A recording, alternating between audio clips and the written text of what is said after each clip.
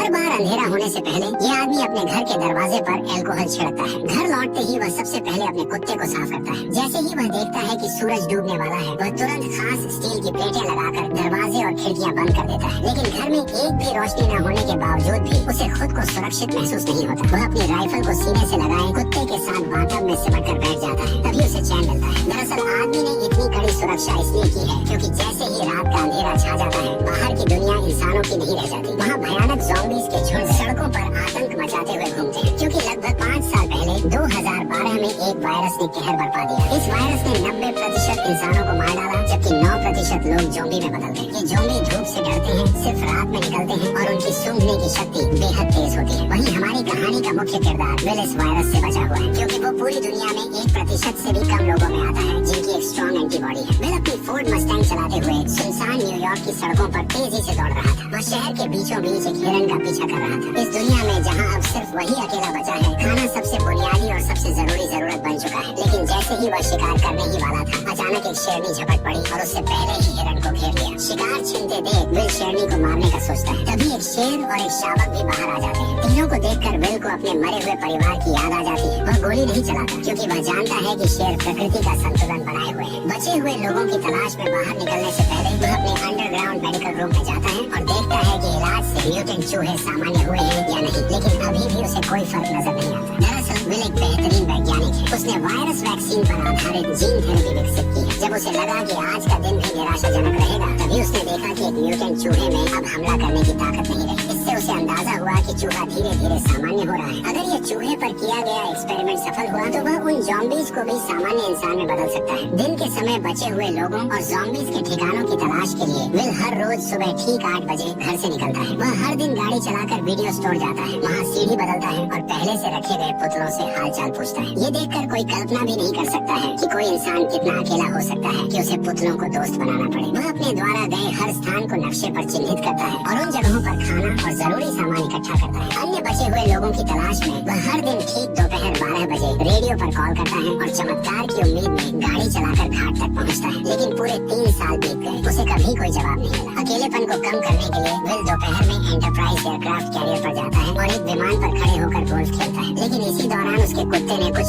अजीब देखा। दूर कहीं हलचल हो रही थी। विल तुरंत राइफल उठाता है, स्कोप से देखता है और पाता है कि वह एक हिरन है। वह बिना देर किए कुत्ते को लेकर शिकार पर निकल पड़ता है। लेकिन तभी एक बुरी घटना घट जाती है। हिरन इधर उधर भागते भागते गलती से एक बंद जगह में फंस जाता है और घबराकर इमारत के अंदर घुस जाता है। शायद कुत्ते को बहुत समय से मांस नहीं मिला था, इसलिए वह भी बिना डरे उसके पीछे इमारत में घुस जाता है। विल उसे रोकने की कोशिश करता है। विल घबरा जाता है, लेकिन अपने कुत्ते के लिए उसे अंदर जाना ही पड़ता है। अंदर पूरी तरह अंधेरा था, कुछ भी दिखाई नहीं दे रहा था। भले ही मैंने वीडियो की ब्राइटनेस पूरी कर दी हो, फिर भी माहौल और भी डरावना और भयानक लग रहा था। इस वक्त विल का दिल बुरी तरह घबरा रहा था, यहाँ तक कि एक आईना भी उसे डरा सकता था। जैसे ही वह ऊपर जाकर कुत्ते को खोज रहा था, अचानक उसे एक दर्दनाक चीख सुनाई दी। उसे डर था कि कहीं उसके कुत्ते के साथ कुछ बुरा न हो गया हो। वह खुद को दिलासा देते हुए आगे बढ़ा। सीढ़ियों पर पड़े खून के धब्बों का पीछा करते हुए मोड़ पर उसे एक जानवर का कटा हुआ सिर दिखाई दिया। राहत की बात ये थी कि आगे बढ़ने पर उसे पता चला कि वह अभी अभी मारा गया एक मूस था। लेकिन मूस के चेहरे पर मरने से पहले का डर साफ दिखाई दे रहा था। ये देखकर विल ने बंदूक तान ली और चारों ओर देखने लगा। तभी उसे एक और डरावना नजारा दिखाई दिया। देखते ही देखते ज़ॉम्बीज़ का एक झुंड उससे 5 मीटर से भी कम दूरी पर था। विल को अपने कुत्ते के लिए हिम्मत जुटाकर अंदर जाना पड़ा। आखिरकार उसे एक मेज के नीचे उसका जर्मन शेफर्ड मिल जाता है, जो बेहद डरा हुआ लग रहा था। जैसे ही वह आगे बढ़कर कुत्ते को पुकारने वाला था, कुत्ते की निगाहें सीधी विल की पीठ के पीछे टिक गई। विल को कुछ गड़बड़ महसूस होती है। जैसे ही उसने पीछे मुड़कर देखा, एक भयानक दृश्य सामने आया। विल अपने कुत्ते के साथ पागलों की तरह बाहर की ओर भागने लगा, लेकिन आखिरकार वे ज़ॉम्बीज़ के हाथों पकड़े गए। लेकिन अच्छी बात यह रही कि विल समय पर काली खिड़की से बाहर कूद गया और जैसे ही उस पर धूप पड़ी, ज़ॉम्बी तुरंत जमीन पर घायल हो गया। अभी का अनुभव भले ही विल को डरा गया, लेकिन इसी वजह से ठिकाना भी मिल गया। ज़ॉम्बीज़ पर प्रयोग करने के लिए विल ने बाहर एक जाल बिछाया। उसने अपने ही खून की एक शीशी निकाली और उसे इमारत के दरवाजे पर रख दिया, जबकि खुद बाहर छिपकर बैठ गया। वाकई सिर्फ 2 मिनट 30 सेकंड के अंदर ही एक ज़ॉम्बी जाल में फंस गया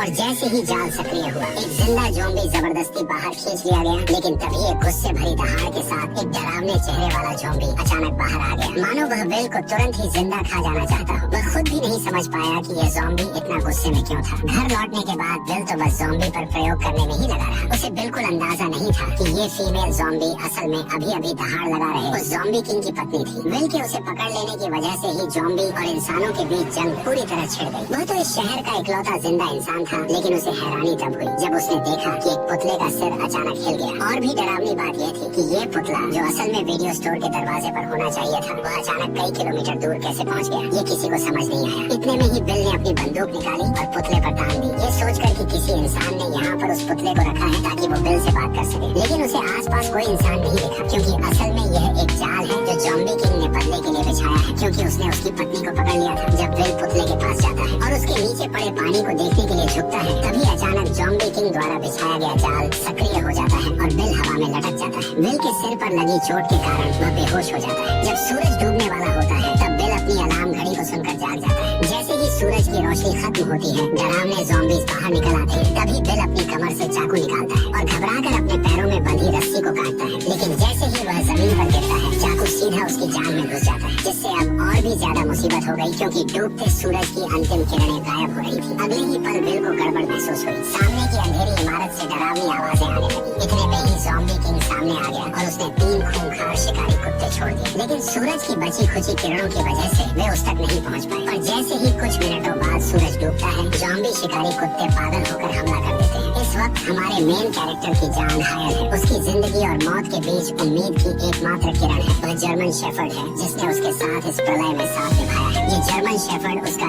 एकमात्र साथी है। उसके जीने की वजह है, उसे डर है कि उसका जर्मन शेफर्ड मर न जाए।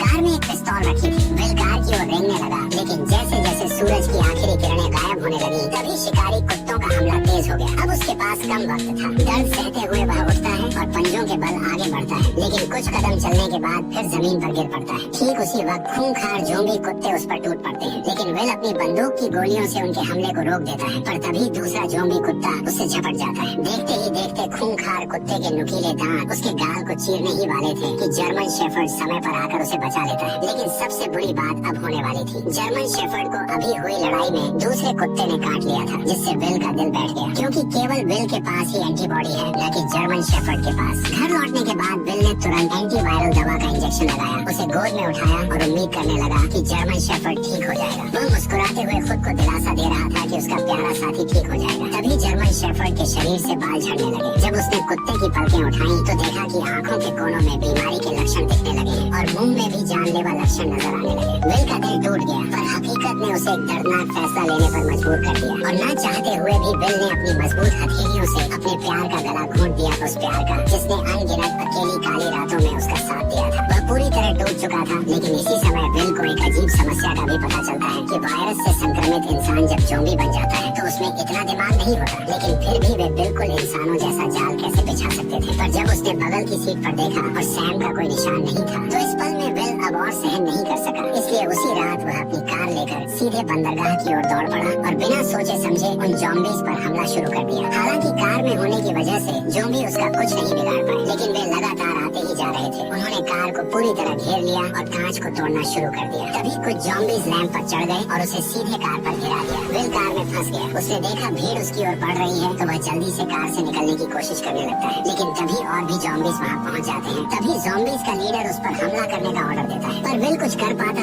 इससे पहले ही टक्कर से कार सीधे किनारे पर पलट गई और राक्षस बिल के सामने आ गया। अब बिल बिल्कुल जाल में फंसे हुए एक हिरण की तरह था। मौत पल पल उसकी तरफ बढ़ रही थी, लेकिन इसी वक्त एक तेज रोशनी दिखाई दी, जैसे कोई इंसान उसकी ओर आ रहा हो। आखिरकार वह अब सहन नहीं कर सका और बेहोश हो गया। जब वह जागा तो उसने पाया कि वह अपने घर में लेटा हुआ है और उसकी टांग पर लगी चोट बांध दी गई है। उसने देखा कि उसके पास एक औरत है जो कि बच्चे के साथ थी। इंसान को देखे हुए बिल को 3 साल हो गए थे। उसे समझ नहीं आया कि लोगों से कैसे बात की जाए। इसके बाद औरत ने अपना परिचय देना शुरू किया। एना ने बिल को बताया कि उसने रेडियो पर बिल की खबर सुनी थी। वह बच्चे को लेकर न्यूयॉर्क आ गई और पूरे दिन इंतजार करती रही, लेकिन बिल नहीं आया। वह वर्मोंट जाने का सोच रही थी, क्योंकि वो इंसानों के लिए सुरक्षित जगह है। ये सुनकर बिल के चेहरे पर गुस्सा आ गया। उसने एना को बताया कि यहाँ कहीं भी सुरक्षित जगह नहीं है, पूरा अमेरिका तबाह हो चुका है। एना बिल से बहस बहस करना चाहती थी, लेकिन तभी विल उन पर चिल्ला पड़ा। वह हमेशा मानता था कि वह पृथ्वी पर अकेला जिंदा बचा है, जिससे उस पर भारी मेंटल प्रेशर था। निराशा में विल पूरी तरह साइंस और लॉजिक पर निर्भर हो गया और उसने वायरस का इलाज खोजने पर पूरा ध्यान केंद्रित कर दिया। उसकी पूरी जिंदगी और उम्मीदें इसी एक लक्ष्य पर टिकी थी, लेकिन